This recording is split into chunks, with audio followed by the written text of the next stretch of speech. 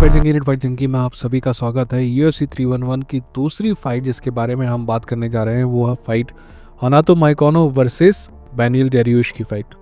इस फाइट के बारे में हम बात करेंगे, पर आगे बढ़ने से पहले सब्सक्राइब करके बेल आइकन क्लिक कर दीजिए, क्योंकि मेरा वादा है कि जब भी आप वीडियो देखकर उठेंगे तो आपके पास पहले से ज़्यादा नॉलेज होगा। चलिए इस फाइट के बारे में बात करते हैं। इस फाइट के बारे में बात करें उससे पहले हमें हनातो माइकानो और बेनिल डेरियुश के बारे में भी बात करनी पड़ेगी, क्योंकि फाइट के बारे में ज़्यादा बात करने को है नहीं। देखिए, हनातो माइकानो को हम सभी जानते हैं। हम सभी ये जानते हैं कि हनातो माइकानो एक बेटर देन एवरेज फाइटर है। मैं ऐसा क्यों कह रहा हूँ? क्योंकि उसने ज़िंदगी का एक लंबा समय एक एवरेज फाइटर रहते हुए बिताया है, और हम उसका एक नया जनरेशन या फिर कहेंगे उसका रीबर्थ देख रहे हैं 155 डिवीज़न में। एक और इंटरेस्टिंग बात जो स्पेशल बनाती है हनातो माइकानो को वो ये है कि वो UFC के मार्केट को या फिर कहा जाए कि कॉम्बैट स्पोर्ट के मार्केट को बहुत अच्छी तरह समझता है। वो ये समझता है कि जिन लोगों के पास पर्सनालिटी होती है उनके पीछे लोग अट्रैक्ट होते हैं। वो ये बात बहुत अच्छी तरह समझता है कि या तो फाइटिंग में आपको लोग हारते हुए देखना चाहते हैं या तो आपको जीतते हुए देखना चाहते हैं, पर अगर आपके अंदर पर्सनालिटी नहीं है तो उनको घंटा फर्क नहीं पड़ता कि आप हार रहे हैं या जीत रहे हैं।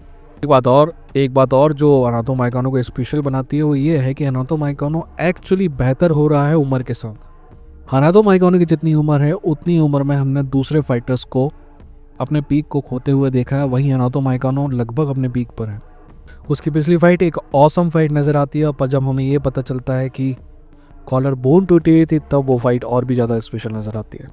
हमें ये तो पता है कि हनातो माइकानो टॉप 10 में अंदर आना डिज़र्व करता था, पर क्या हनातो माइकानो कंटेंडर बनना डिज़र्व करता है, ये पता हमें चलेगा इस फाइट से। एक बात और, हनातो माइकानो एक्चुअली फ़नी है, हनातो माइकानो स्मार्ट है, पर हनातो माइकानो के इकोनॉमिक व्यू स्टूपिड है, प्योरली स्टूपिड है। ऑस्ट्रिया स्कूल ऑफ इकोनॉमिक्स जो है सबसे टुच्चा क्लास ऑफ इकोनॉमिक्स है। एनीवेज, उस पर बात करने के लिए चैनल नहीं है, इसलिए हम बात नहीं करेंगे। हम बात करेंगे बेनिल डेरियुश। ऐसा नहीं लगता कि ज़्यादा दिन पुरानी बात नहीं है जब बेनिल डेरियुश हमें चैम्पियनशिप मटेरियल दिखाई देता था, पर यह बात सच है कि बेनिल डेरियुश ने अपना मोमेंटम जो है काफ़ी हद तक लूज़ किया है। पर सबसे बड़ी बात जो मुझे दिखाई देती है, ऐसा मुझे नहीं लगता है कि बेनिल डेरियुश की स्किल में कोई डिमिनिशिंग बात दिखाई दे रही है, बट मुझे मेंटालिटी में बेनिल डेरियुश डिमिनिश होता हुआ दिखाई दे रहा है। मैं आपको समझाना चाहता हूँ क्यों। हमने पिछली 2 फाइटों में बेनिल डेरियुश को हारते हुए देखा।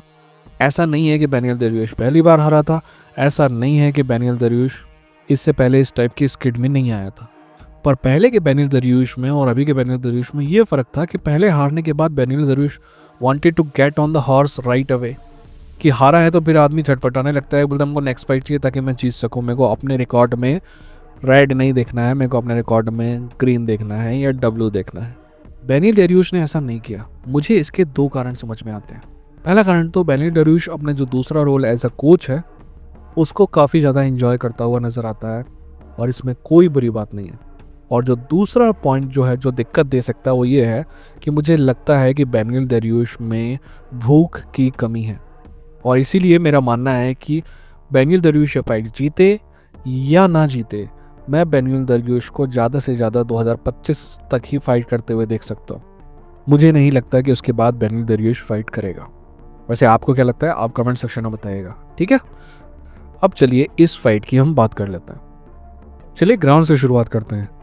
ग्राउंड में हनातो माइकानो बहुत शानदार फाइटर है। ना सिर्फ रेसलिंग में हनातो माइकानो बेहतरीन है, बल्कि जुजित्सु में भी बेहतरीन है। वो आपकी छोटी सी छोटी गलती का फ़ायदा उठाते हुए गेम को पलट सकता है।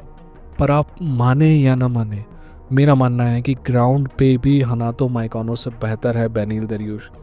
जब कभी मैं बेनिल डेरियुश को देखता हूँ ना तो मुझे फंकी बैन एस्क्रिन नज़र आता है। जब कभी आप स्क्रैम्बल करते हुए देखते हैं बेनिल डेरियुश को तो आपको ऐसा लगता है कि बिल्कुल ऐसा लगता है कि शक्ल चेंज करके बैन एस्क्रिन स्क्रैम्बल कर रहा है, और ये उसकी पिछली फाइट्स में भी दिखाई दिया। आपको ये याद रखना होगा कि बेनिल डेरियुश जिनसे फाइट हारा है ना अभी, उनमें से एक आदमी बहुत अच्छा चैंपियन रह चुका है और दूसरा आदमी चैंपियनशिप की फाइट कर रहा है इसी कार्ड में। जहाँ तक स्ट्राइकिंग की बात है, बेनिल डेरियुश का स्टाइल जो है वो बहुत ज़्यादा अनऑर्थोडॉक्स है।